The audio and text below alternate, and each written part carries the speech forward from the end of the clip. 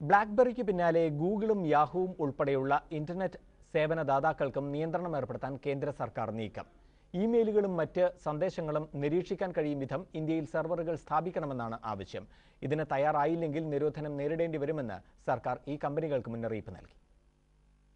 തീവ്രവാദികളും മറ്റ് ദേശവിരുദ്ധ ശക്തികളും ഇന്റർനെറ്റ് സേവനങ്ങൾ വ്യാപകമായി ദുരുപയോഗം ചെയ്യുന്ന സാഹചര്യത്തിലാണ് കേന്ദ്ര സർക്കാർ കർശന നടപടിക്കൊരുങ്ങുന്നത്.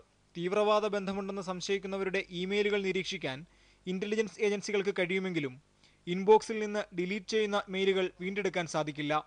സേവനദാതാക്കളുടെ പ്രധാന സെർവർ വിദേശത്തായതുകൊണ്ടാണ് ഈ പ്രശ്നം.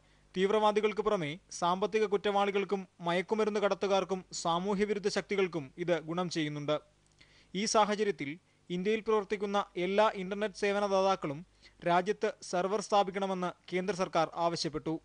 ഇതിന് തയ്യാറാകാത്ത കമ്പനികളെ നിരോധിക്കണമെന്ന് central economic intelligence bureau, national technical research organisation, revenue intelligence എന്നിവയുടെ സംയുക്ത യോഗം ശുപാർശ ചെയ്തു. ജിമെയിൽ വഴി സൗജന്യ ഫോൺ കോളുകൾ അനുവദിക്കുന്നത് ടെലികോം നിയമത്തിന് വിരുദ്ധമാണെന്നും ഇത് അനുവദിക്കരുതെന്നും യോഗം ശുപാർശ ചെയ്തു.